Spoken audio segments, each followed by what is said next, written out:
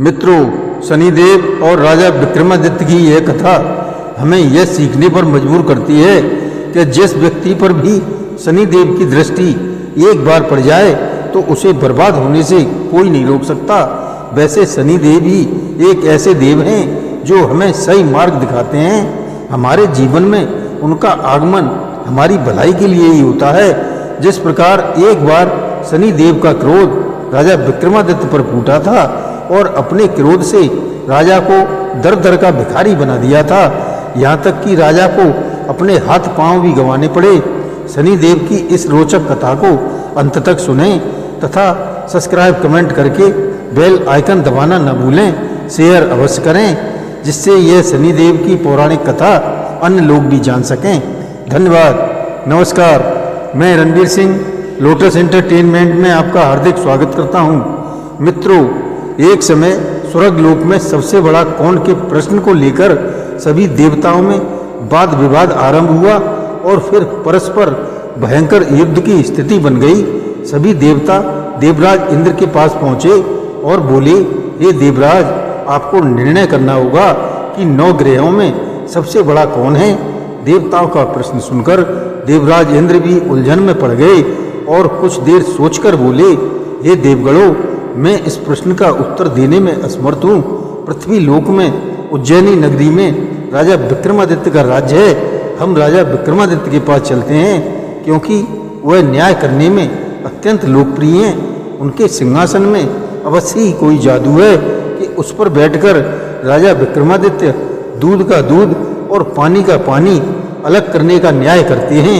देवराज इंद्र के आदेश पर सभी देवता पृथ्वी लोक में उज्जैनी नगरी में पहुंचे। देवताओं के आगमन पर समाचार सुनकर राजा स्वयं विक्रमादित्य ने उनका स्वागत किया।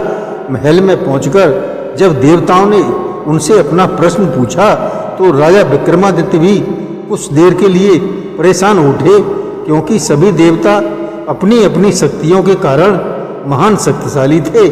किसी को भी छोटा या बड़ा कह देने से उनके क्रोध के प्रकोप से भयंकर हानि पहुंच सकती थी। तभी राजा विक्रमादित्य को एक उपाय सूझा और उन्होंने विभिन्न धातुओं स्वर्ण, रजत, कांसा, तांबा, सीसा, रांगा, जस्ता, अभ्रक व लोहे के 9 आसन बनवाए। धातुओं के गुणों के अनुसार सभी आसनों को एक दूसरे के पीछे रखवाकर उन्होंने देवताओं को अपने सिंहासन पर बैठने को कहा। सब देवताओं के बैठने के बाद राजा विक्रमादित्य ने कहा, आपका निर्णय तो स्वयं हो गया। जो सबसे पहले सिंहासन पर विराजमान है वही सबसे बड़ा है। राजा विक्रमादित्य के निर्णय को सुनकर शनि देवता ने सबसे पीछे आसन पर बैठने के कारण अपने को छोटा जानकर क्रोधित होकर कहा, राजन, तुमने मुझे सबसे पीछे बैठाकर मेरा अपमान किया है। तुम मेरी शक्तियों से परिचित नहीं हो। मैं तुम्हारा सर्वनाश कर दूंगा। सूर्य एक राशि पर 1 महीने, चंद्रमा 2.25 दिन, मंगल 1.5 महीने, बुध और शुक्र 1 महीने, बृहस्पति 13 महीने रहते हैं, लेकिन मैं किसी भी राशि पर 7.5 वर्ष तक रहता हूँ। बड़े बड़े देवताओं को मैंने अपने प्रकोप से पीड़ित किया है। राम को 7.5 के कारण ही वन में जाकर रहना पड़ा और रावण को 7.5 के कारण ही युद्ध में मृत्यु का शिकार बनना पड़ा। उसके वंश का सर्वनाश हो गया। हे राजा, अब तू भी मेरे प्रकोप से बच नहीं सकेगा। राजा विक्रमादित्य शनि देवता के प्रकोप से थोड़ा भयभीत तो हुए, लेकिन उन्होंने मन में विचार किया, मेरे भाग्य में जो लिखा होगा ज़्यादा से ज़्यादा वही तो होगा। फिर शनि के प्रकोप से भयभीत होने की आवश्यकता ही क्या है। इसके बाद अन्य ग्रहों के देवता तो प्रसन्नता के साथ वहाँ से चले गए, लेकिन शनिदेव बड़े क्रोध के साथ वहाँ से विदा हुए। राजा विक्रमादित्य पहले की तरह ही न्याय करते रहे। उनके राज्य में स्त्री पुरुष बहुत आनंद से जीवन यापन कर रहे थे। कुछ दिन ऐसे ही बीत गए। उधर शनि देवता अपने अपमान को भूले नहीं थे। विक्रमादित्य से बदला लेने के लिए एक दिन शनिदेव ने घोड़े के व्यापारी का रूप धारण किया और बहुत से घोड़ों के साथ उज्जैनी नगरी में पहुंचे। राजा विक्रमादित्य ने राज्य में किसी घोड़े के व्यापारी के आने का समाचार सुना तो अपने अश्वपाल को कुछ घोड़े खरीदने के लिए भेजा। अश्वपाल ने वहां जाकर घोड़ों को देखा तो बहुत खुश हुआ, लेकिन घोड़ों का मूल्य सुनकर उसे बहुत हैरानी हुई। घोड़े बहुत कीमती थे। अश्वपाल ने जब वापस लौटकर इस संबंध में बताया तो राजा ने स्वयं आकर एक सुंदर और शक्तिशाली घोड़े को पसंद किया। घोड़े की चाल देखने के लिए राजा उस घोड़े पर सवार हुआ तो वह घोड़ा बिजली की गति से दौड़ पड़ा। तेजी से दौड़ता हुआ घोड़ा राजा को दूर एक जंगल में ले गया और फिर राजा को वहां गिराकर जंगल में कहीं गायब हो गया। राजा अपने नगर को लौटने के लिए जंगल में भटकने लगा, लेकिन उसे लौटने का कोई रास्ता नहीं मिला। राजा को भूख प्यास लगाई। बहुत घूमने पर भी उसे एक चरवाहा मिला। राजा ने उससे पानी मांगा। पानी पीकर राजा ने उस चरवाहे को अपनी अंगूठी दे दी। फिर उससे रास्ता पूछकर वह जंगल से बाहर निकलकर पास के नगर में पहुंचा। राजा ने एक सेठ की दुकान पर बैठकर कुछ देर आराम किया। उस सेठ ने राजा से बातचीत की तो राजा ने उसे बताया कि मैं उज्जैनी से आया हूँ। राजा के कुछ देर दुकान पर बैठने से सेठ जी की बहुत बिक्री हुई।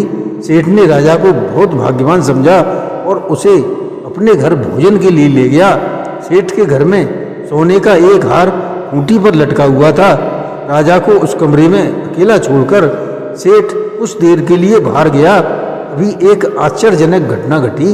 राजा के देखते देखते सोने का हार वो खूंटी निकल गई। सेठ ने कमरे में लौटकर हार को गायब देखा तो चोरी का संदेह राजा पर ही किया, क्योंकि उस कमरे में राजा ही अकेला बैठा था। सेठ ने अपने नौकरों से कहा कि इस परदेसी को रस्सियों से बांधकर नगर के राजा के पास ले चलो। राजा ने विक्रमादित्य से हार के बारे में पूछा तो उसने बताया कि उसके देखते ही देखते खूंटी ने हार को निगल लिया था। इस पर राजा ने क्रोधित होकर चोरी करने के अपराध में राजा विक्रमादित्य के हाथ पांव काटने का आदेश दिया। राजा विक्रमादित्य के हाथ पांव काटकर उसे नगर की सड़क पर छोड़ दिया गया। कुछ दिन बाद एक तेली उसे उठाकर अपने घर ले गया। उसे अपने कोलू पर बैठा दिया। राजा आवाज देकर बैलों को हाँकता रहता। इस तरह तेली का बैल चलता रहा और राजा को भोजन मिलता रहा। शनि के प्रकोप की 7.5 पूरी होने पर वर्षा ऋतु आरंभ हुई। राजा विक्रमादित्य एक रात मेघ मल्हार गा रहा था कि तभी नगर के राजा की लड़की राजकुमारी मोहिनी रथ पर सवार उस तेली के घर के पास से गुजरी। उसने मेघ मल्हार सुना तो उसे बहुत अच्छा लगा और दासी को भेजकर गाने वाले को बुला लाने को कहा। दासी ने लौटकर राजकुमारी को अपंग राजा के बारे में सब कुछ बता दिया। राजकुमारी उसके मेघ मल्हार पर बहुत मोहित हुई थी, अतः उसने सब कुछ जानकर भी अपंग राजा से विवाह करने का निश्चय कर लिया। राजकुमारी ने अपने माता पिता से जब यह बात कही तो वे हैरान रह गए। राजा कहने लगा कि उसकी बेटी शायद पागल हो गई है। रानी ने मोहिनी को समझाया, बेटी तेरे भाग्य में तो किसी राजा की रानी होना लिखा है, फिर तू उस अपंग से विवाह करके अपने पांव पर कुल्हाड़ी क्यों मार रही है। तब राजा ने किसी सुंदर राजकुमार से उसका विवाह करने की बात कही, लेकिन राजकुमारी ने अपनी जिद नहीं छोड़ी। अपनी जिद पूरी कराने के लिए उसने भोजन करना तक छोड़ दिया और प्राण त्याग देने का निश्चय कर लिया। आखिर राजा रानी को विवश होकर अपंग विक्रमादित्य से राजकुमारी का विवाह करना पड़ा। विवाह के बाद राजा विक्रमादित्य और राजकुमार की तेली के घर में रहने लगे। उसी रात स्वप्न में शनिदेव ने राजा से कहा कि हे राजा, तुमने मेरा प्रकोप देख लिया। मैंने तुम्हें अपने अपमान का दंड दिया है। राजा ने शनिदेव से क्षमा करने को कहा और प्रार्थना की, हे शनिदेव, आपने जितना दुख मुझे दिया है किसी अन्य को मत देना। शनिदेव ने कुछ सोचते हुए कहा, रहे राजा, मैं तेरी प्रार्थना स्वीकार करता हूँ। जो कोई स्त्री पुरुष मेरी पूजा करेगा, शनिवार को व्रत करके मेरी कथा सुनेगा, उस पर मेरी अनुकंपा बनी रहेगी, उसे कोई दुख नहीं होगा। शनिवार को व्रत करने और चींटियों को आटा डालने से मनुष्य की सभी मनोकामनाएं पूरी होंगी। प्रातःकाल राजा विक्रमादित्य की नींद खुली तो अपने हाथ पांव देखकर राजा को बहुत खुशी हुई। उसने मन ही मन शनिदेव को प्रणाम किया।